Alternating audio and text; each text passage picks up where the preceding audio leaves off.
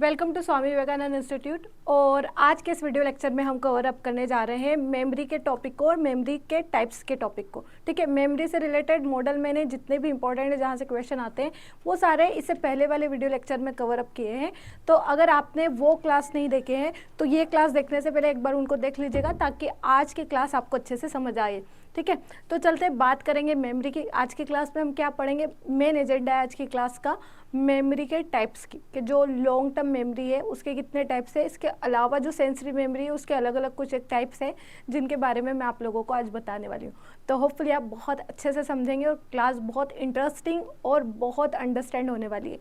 ठीक है, सबसे पहले अगर बात करेंगे what do you understand by memory. ठीक है, मेमोरी होती क्या है। ठीक है, तो बेसिकली मेमोरी क्या होती है, एन एक्टिव सिस्टम, एक एक्टिव सिस्टम होता है। ठीक है, जिसमें क्या होता है, हम बाहर से सेंसर्स के थ्रू इन्फॉर्मेशन को लेते हैं, कुछ टाइम तक होल्ड करके रखते हैं। ठीक है, और जब हमको उसकी ज़रूरत होती है तब हम उसको रिट्रीव कर लेते हैं, तब हम उसको याद करके यूज़ कर लेते हैं। ठीक है, तो इन्फॉर्मेशन को यूजेबल फॉर्म में बना करके रखना, और जब कभी हमको इसकी ज़रूरत हो तो मेमोरी हमको क्या करती है, उसको वापस से हेल्प करती है उस इन्फॉर्मेशन को यूज़ करने में, जब कभी फ्यूचर में हमको ज़रूरत होती है पर्टिकुलर इन्फॉर्मेशन की।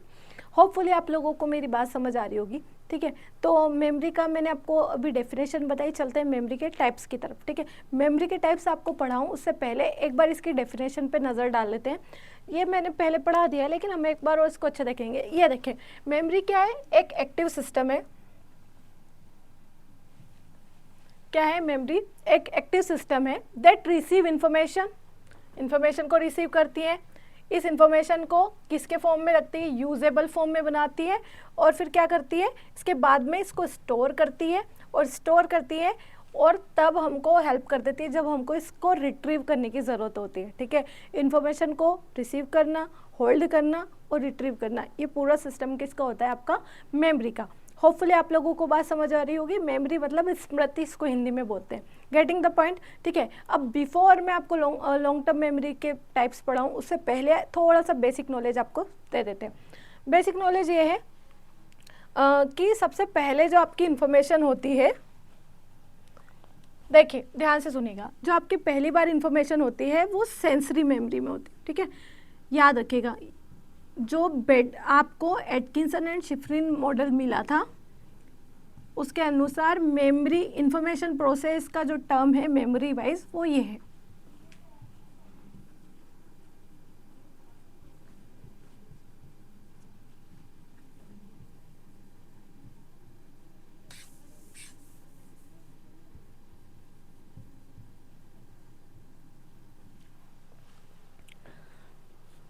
जो एटकिंसन और शिफ्रिन ने मॉडल लिया था उनके अकॉर्डिंग क्या था कि जो इन्फॉर्मेशन है पहले सेंसस के थ्रू आपके पास में आएगी। ठीक है, सेंसस के थ्रू जब आएगी तो यहाँ पे सेलेक्टिव अटेंशन होगा। क्या होगा, सेलेक्टिव अटेंशन होगा। सेलेक्टिव अटेंशन के थ्रू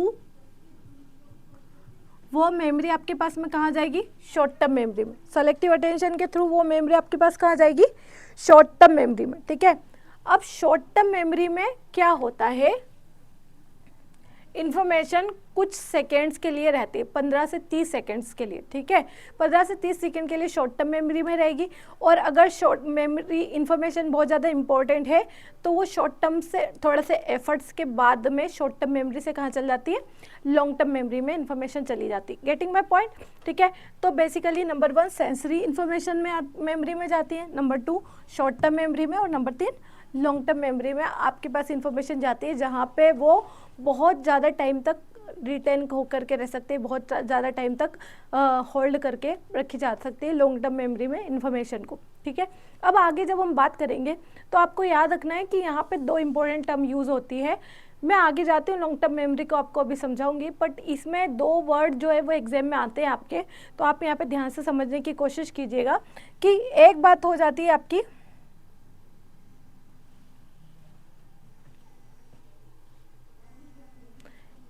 एक बात हो जाती है आपकी शॉर्ट टर्म मेमोरी। देखिए, जो इन्फॉर्मेशन आपकी सेंसरी मेमोरी से कहाँ गई, शॉर्ट टर्म मेमोरी में।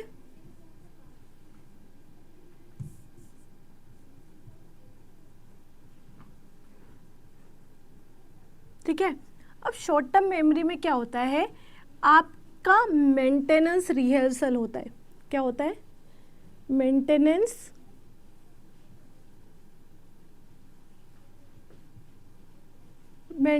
रिहर्सल होता है। शॉर्ट टर्म मेमोरी में आपका क्या होता है? मेंटेनेंस रिहर्सल होता है।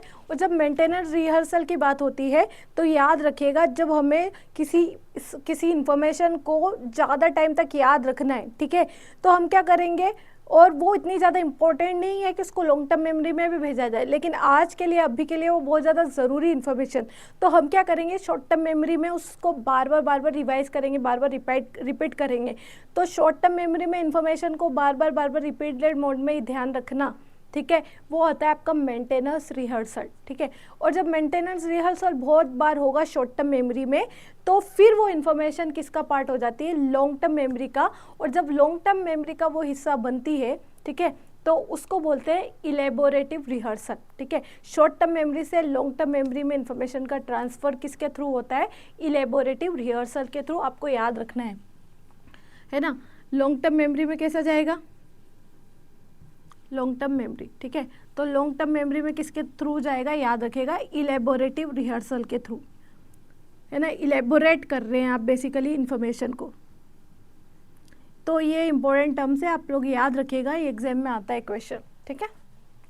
अब जब हम आगे की साइड बात करेंगे, तो आज जो मेन हमारा जो टॉपिक है वो लॉन्ग टर्म मेमोरी और इसके टाइप्स है, ठीक है।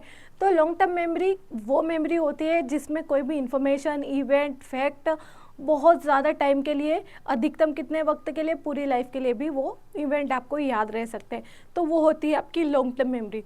लॉन्ग टर्म मेमोरी को जो है मेनली 2 पार्ट्स में डिवाइड किया गया है। चलते हैं उधर की तरफ ताकि आपको चीज़ें और अच्छे से समझ आ जाए, ठीक है।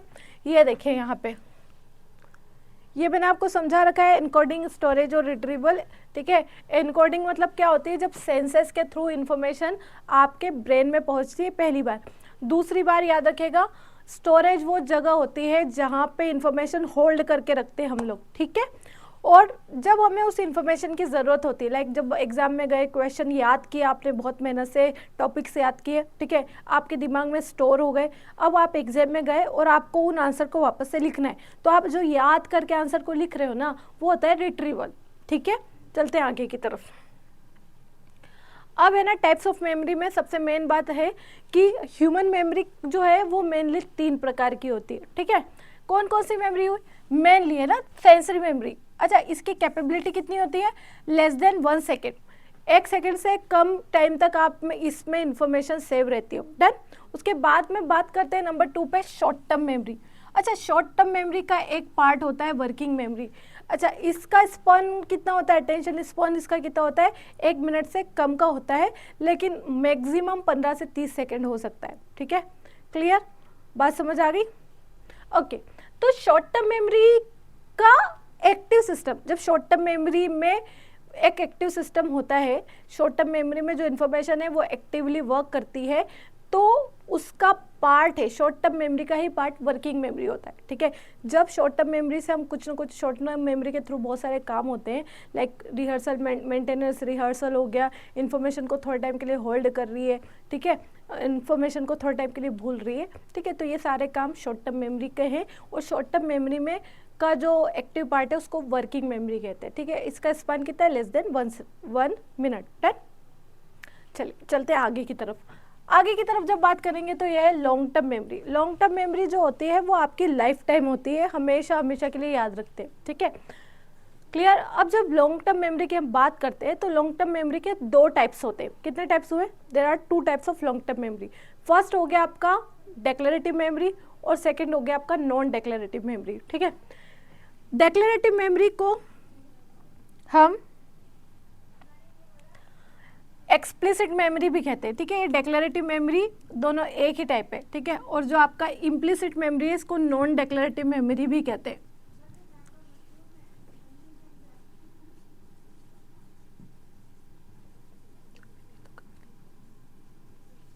ठीक है। तो ये वाली चीज़ है। तो लॉन्ग टर्म मेमोरी जो है, लॉन्ग टर्म मेमोरी में आपके कितने टाइप्स हो गए? 2, डेक्लेरेटिव मेमोरी और नॉन डेक्लेरेटिव मेमोरी। जो डेक्लेरेटिव मेमोरी है उसको एक्सप्लिसिट मेमोरी भी बोलते हैं और जो नॉन डेक्लेरेटिव मेमोरी है उसको इम्प्लिसिट मेमोरी भी कहते हैं। ठीक है, अब बात करते हैं कि मैम डेक्लेरेटिव और नॉन डेक्लेरेटिव होती क्या है। ठीक है, बेसिकली जब कभी हम डेक्लेरेटिव मेमोरी की बात करेंगे तो उन सारे इवेंट, उन सारे फैक्ट की बात करेंगे जो हम जिसको देखते वक्त, जिसको ऑब्जर्व करते वक्त हम कॉन्शियसली प्रेजेंट होंगे। जब हमारा कॉन्शियस एट हाई पिक पे होगा, कॉन्शियसली आप किसी चीज़, किसी इवेंट को देख रहे हो, कॉन्शियसली कुछ आप पढ़ रहे हो, ठीक है, कॉन्शियसली आप चीज़ों को सीख रहे हो, है ना, बाहर फैक्ट के फॉर्म में, तो वो वाली मेमोरी हो जाएगी आपकी कौन सी, डेक्लेरेटिव मेमोरी। जैसे कि आप बस से कहीं जा रहे हैं, ठीक है, बस से जा रहे हैं, बस से जाने के बाद में क्या हो रहा है, आप दोस्तों के साथ पिकनिक पे जा रहे हैं बस में, ठीक है, तो वो पिकनिक वाली घटना जिसमें आप खुल के हंसे हो, खुश हो, साथ में जा रहे हो, पिकनिक मनाया है, ठीक है, कॉन्शियसली आप अवेलेबल है, बहुत ज़्यादा खुश हैं, तो वो वाली मेमोरी आपकी क्या हो गई, हमेशा हमेशा लॉन्ग टर्म मेमोरी में सेव हो गई। और वो डेक्लेरेटिव का पार्ट है क्योंकि आप उसमें कॉन्शियसली अवेलेबल थे। ठीक है, क्लियर। तो वो एक इवेंट था, पिकनिक पे जाना एक इवेंट था, आपके दोस्तों के साथ में बहुत हैप्पी मोमेंट था, आप उसमें कॉन्शियसली पूरी तरह से एक्टिव थे, तो वो वाली मेमोरी आपकी किसकी हो गई, डेक्लेरेटिव मेमोरी। ठीक है, या इसके अलावा अगर आप कोई आंसर याद कर रहे हो, ठीक है, जो कि बहुत ज़्यादा इंपॉर्टेंट है, जो आपके एग्जाम में भी आएगा और आगे लाइफ में भी काम आता है, आगे भी उससे बहुत सारी चीज़ें आपकी फ्यूचर में पीएचडी में आएगी, इस तरह से अगर मीनिंगफुल है तो मीनिंगफुल चीज़ों को भी अगर आप याद कर रहे हो तो वो भी डेक्लेरेटिव मेमोरी है। होपफुली आप लोगों को मेरी बात समझ आएगी। अब बात करते हैं नॉन डेक्लेरेटिव मेमोरी की। जब नॉन डेक्लेरेटिव मेमोरी की बात होगी तो हमेशा याद रखना, नॉन डेक्लेरेटिव मेमोरी का शॉर्ट फॉर्म होता है इम्प्लिसिट मेमोरी। इम्प्लिसिट मेमोरी का मतलब होता है प्रोसीजर, हैबिट्स जो आपके अंदर ही अंदर चलती रहती। उदाहरण के लिए आपने खाना बनाना सीखा, ठीक है, तो आपको पहले खाना बनाना नहीं आता है, आप किचन में गए, ठीक है, किचन में गए, आपने सीखा, पहले तो मदर को ऑब्जर्व किया कि वो कैसे कर रही है, ठीक है, फिर खुद ट्राई करना शुरू किया, तो आपने धीरे धीरे स्टेप बाय स्टेप कुकिंग करना सीखी कि अच्छा जो वेजीज हैं वो इस तरीके से बनते हैं, या चपातीज जो है वो इस तरीके से बनती है, और आपने धीरे धीरे उनको सीखा, स्टेप बाय स्टेप चीज़ों को आप सीखते रहे। तो जब आप प्रोसीजर में होते कुछ चीज़ सीखते हो, स्टेप बाय स्टेप धीरे धीरे सीखते हो, ठीक है, तो उससे रिलेटेड जो मेमोरी होती है वो इम्प्लिसिट मेमोरी होती है। इम्प्लिसिट मेमोरी में सारी स्किल्स जो आप सीखते हो, अब अगर आप कंप्यूटर सीख रहे हो, अगर आप साइकिलिंग कर रहे हो, आप बाइकिंग कर रहे हो, आप कार चला रहे हो, ठीक है, इसके अलावा अगर आप क्रिकेट खेल रहे हो, जब आपको क्रिकेट खेलना बिल्कुल नहीं आता है और आप क्रिकेट सीख रहे हो तो क्रिकेट से रिलेटेड, खेलने से रिलेटेड मेमोरी, ठीक है, कुकिंग से रिलेटेड मेमोरी, अगर आप कोई पेंटिंग सीख रहे हो तो पेंटिंग से रिलेटेड मेमोरी, ठीक है, आप नई आर्ट सीख रहे हो तो आर्ट से रिलेटेड मेमोरी। तो ये सारी की सारी मेमोरी जिसमें आपकी स्किल इन्वॉल्व होती है, हैबिट्स इन्वॉल्व होती है, ठीक है, अगर आपको कुछ चीज़ की आदत है, ठीक है, लाइक उठ करके खाना मतलब सुबह उठ करके आपको जिम जाने की आदत है, ठीक है, या आपको सुबह उठ करके ब्रेकफास्ट बनाने जाना है और ब्रेकफास्ट के बिना आपका काम नहीं होता है, वो आपकी एक हैबिट है। तो ये हैबिट एक दिन में नहीं बनती, वो है ना धीरे धीरे स्टेप बाय स्टेप बनती है। तो स्टेप बाय स्टेप जब आप चीज़ें सीखते हो और उससे रिलेटेड मेमोरी होती है, तो वो वाली मेमोरी जो है वो आपकी इम्प्लिसिट मेमोरी होती है या नॉन डेक्लेरेटिव मेमोरी होती है। ठीक है, होपफुली आप लोगों को मेरी बात समझ आ रही होगी। Done, okay. तो ये हो गया आपका एक्सप्लिसिट मेमोरी और एक हो गया आपका इम्प्लिसिट मेमोरी। इसका कीवर्ड भी मैंने यहाँ पे लिखा हुआ है, ये कॉन्शियस होती है और ये अनकॉन्शियस होती है। ठीक है, क्लियर। आप कोई चीज़ सीख रहे हो, ठीक है, आप बोलोगे कि हाँ आप कॉन्शियसली आप चीज़ों को देख रहे हो, फैक्ट को समझ, तो आप कॉन्शियसली फैक्ट को तो देख रहे हो, उसमें कोई दो मत नहीं। ठीक है, अगर आप कुकिंग देख रहे हो तो आप कॉन्शियसली देख रहे हो उस चीज़ को, लेकिन वो जो प्रोसीजर सेव हो रही है ना आपके दिमाग में, वो अनकॉन्शियसली सेव हो रही है। ठीक है, ऑब्जर्व करते हुए चीज़ें अनकॉन्शियसली जो सेव हो रही है वो आपकी इम्प्लिसिट मेमोरी है। ठीक है, अच्छा, ये तो इसी की बात हो गई आपकी, है ना, डेक्लेरेटिव मेमोरी। डेक्लेरेटिव मेमोरी जो फैक्ट होते हैं आपके और इवेंट होते हैं उससे संबंधित मेमोरी होती है। याद रखिएगा, कीवर्ड है, ठीक है, भूलना नहीं है, वरना बहुत कंफ्यूज हो जाओगे, क्योंकि इसके बाद में डेक्लेरेटिव मेमोरी के फिर दो टाइप है, उनको पढ़ना है। ठीक है, तो जो भी फैक्ट और इवेंट से रिलेटेड मेमोरी होगी, फैक्ट और इवेंट से रिलेटेड जो भी मेमोरी होगी, वो वाली मेमोरी जो है उस मेमोरी को हम क्या कहते हैं, डेक्लेरेटिव मेमोरी। ठीक है, बात समझ आ गई। डेक्लेरेटिव मेमोरी टू टाइप्स की होती है मेनली, एक होती है सिमेंटिक मेमोरी और एक होती है आपकी, एक हो गई आपकी सिमेंटिक मेमोरी और एक हो गई आपकी, बताइए, एक हो गई आपकी सिमेंटिक मेमोरी ठीक है, और एक हो गया आपकी एपिसोडिक मेमोरी। ठीक है, तो एपिसोडिक मेमोरी और सिमेंटिक मेमोरी, दो मेमोरी। अब जब एपिसोडिक मेमोरी की बात होगी तो याद रखिएगा एपिसोड निकल रहा है ना। एपिसोड कब होता है, आपने देखा होगा टीवी सीरियल के एपिसोड हो गए, नेटफ्लिक्स पे एपिसोड हो गए। एपिसोड मतलब कि कोई भी एक इवेंट या कोई भी एक घटना चक्र लाइफ का। ठीक है, तो कोई भी इवेंट से रिलेटेड, लाइक आपका बर्थडे पार्टी से रिलेटेड जो आपकी वो है मेमोरी है, आपके घर में किसी की शादी हुई हो तो उससे रिलेटेड जो इवेंट है उससे रिलेटेड जो आपकी मेमोरी है, या किसी का बहुत बुरा एक्सीडेंट हुआ आपके सामने, ठीक है, और आप कॉन्शियसली उसकी हेल्प कर रहे थे। ठीक है, क्लियर। ये सारी मेमोरीज जो है ये आपकी इवेंट से रिलेटेड है, और इवेंट रिलेटेड मेमोरी को एपिसोडिक मेमोरी कहते हैं। ठीक है, याद रखिएगा एपिसोडिक मेमोरी कौन से, कोई भी इंसिडेंट से संबंधित मेमोरी आपकी कौन सी मेमोरी होती है, एपिसोडिक मेमोरी। अच्छा, एग्जाम में ये लोग क्या करते हैं, फ्लैश बल्ब मेमोरी से एपिसोडिक मेमोरी को कंफ्यूज करते हैं। देखिए, फ्लैश बल्ब मेमोरी और एपिसोडिक मेमोरी ऑलमोस्ट सेम ही साउंड करती है, लेकिन ये सेम नहीं है। जो फ्लैश बल्ब मेमोरी होती है वो ऑटोमेटिक एनकोडिंग की वजह से होती है। ठीक है, उसमें भी यही होता है कि इमोशनल ट्रॉमा या इमोशनल इवेंट्स हुए हो जिसमें आप बहुत खतरनाक इमोशंस महसूस किया हो, उससे रिलेटेड कोई इवेंट हो, लाइक आप घर में बैठे हो, बहुत तेज भूकंप आया और आपके आसपास वाले सब लोगों को उसकी वजह से प्रॉब्लम हुई, बहुत सारे लोगों की डेथ हो गई, इस तरह का अगर कोई माहौल बना, उसमें क्या होता है, वो वाली मेमोरी जो है वो उस वाली मेमोरी में हम कॉन्शियस नहीं होते। जब एकदम भूकंप आता है ना तो हम कॉन्शियस खो देते हैं, यहाँ पे दिमाग काम करना बंद कर देता है, क्योंकि जब भी एकदम त्रासदी आती है, डिफिकल्टी आती है तो कॉन्शियस वर्क करना बंद करते हैं। तो जब कॉन्शियस वर्क करना बंद कर दिया तो अब कौन शुरू हो गया, अनकॉन्शियस। तो वो इवेंट जिसमें आपने चीज़ों को याद रखा अनकॉन्शियसली। ठीक है, तो अनकॉन्शियसली जो इवेंट्स हुए, जैसे सबसे ज़्यादा जो डिफ़िकल्ट इवेंट हुए या जो सबसे ज़्यादा त्रासदी वाले, ठीक है, जिसमें बहुत ज़्यादा दुख होता है, इस तरह के इवेंट्स जो होते हैं ना उसमें हम कॉन्शियस खो देते हैं, तो उसमें इमोशंस भी बहुत इंक्लूड होते हैं। क्लियर। तो उस समय जो मेमोरी होती है वो मेमोरी भी हमको लाइफ टाइम याद रहती है। तो लेकिन वहाँ पे हमने कॉन्शियस होकर के नहीं सीखा। ठीक है, डिफरेंस समझ आ रहा है। तो जब हम अनकॉन्शियसली चीज़ों का इवेंट को याद रखते हैं, ठीक है, तो वो वाली मेमोरी आपकी फ्लैश बल्ब मेमोरी होती। लेकिन जब कॉन्शियसली, लाइक पिकनिक पे जाना है, ठीक है, कुछ चीज़ सीखना है से संबंधित है ना, खुशी खुशी किसी शादी में जा रहे हो, कॉन्शियस होकर के जा रहे हो, तो उससे रिलेटेड जो लाइफ के इवेंट्स होते हैं उनसे रिलेटेड मेमोरी एपिसोडिक मेमोरी होती है। होपफुली आपको मेरी बात समझ आ गई होगी। फ्लैश बल्ब मेमोरी मैं इसके बाद वाले वीडियो लेक्चर में ज़रूर कवर अप करूँगी, यहाँ पे कंफ्यूज मत होइएगा आप। अभी इतना समझ लीजिए, कॉन्शियस इवेंट्स ऑफ लाइफ की जो मेमोरी होती है वो एपिसोडिक मेमोरी होती है। Done? Okay, let's go for the semantic memory. ये बहुत इंपॉर्टेंट है, एग्जाम में यहाँ से बहुत क्वेश्चन आते हैं बच्चा।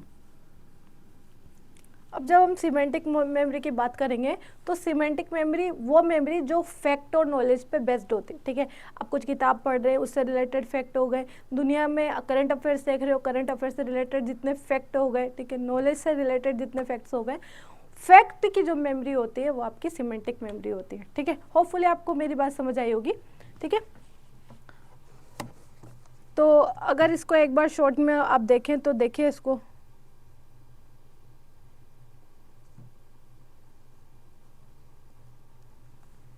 ठीक है, होपफुली आप लोगों को ये सारी चीज़ें समझ आई होगी। अब जो अभी मैं आपको 2-3 चीज़ें और बताना चाह रही हूँ, उसमें आपको ये याद रखना है कि कुछ अलग से मैं सेंसरी मेमोरी के आपको टाइप्स बता रही हूँ, आपको वो टाइप्स याद रखने हैं। सबसे पहले है ना, आप लोगों को याद रखना है, ये सब इंपॉर्टेंट है, एग्जाम में आए हुए हैं, आप लोगों को बहुत अच्छे से याद रखना। एक तो आपको याद रखना है कि आइकॉनिक मेमोरी क्या होती है।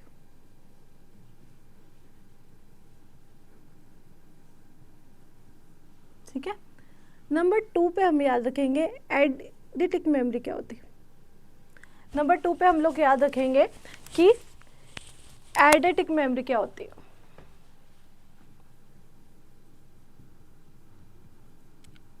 ये सब इंपॉर्टेंट है, आप लोग याद रखिएगा। ठीक है, अगला है, एक और हम याद रखेंगे आइकॉनिक मेमोरी, आइडेंटिक मेमोरी, और एक और होता है इकोइक मेमोरी। कि इकोइक मेमोरी क्या है।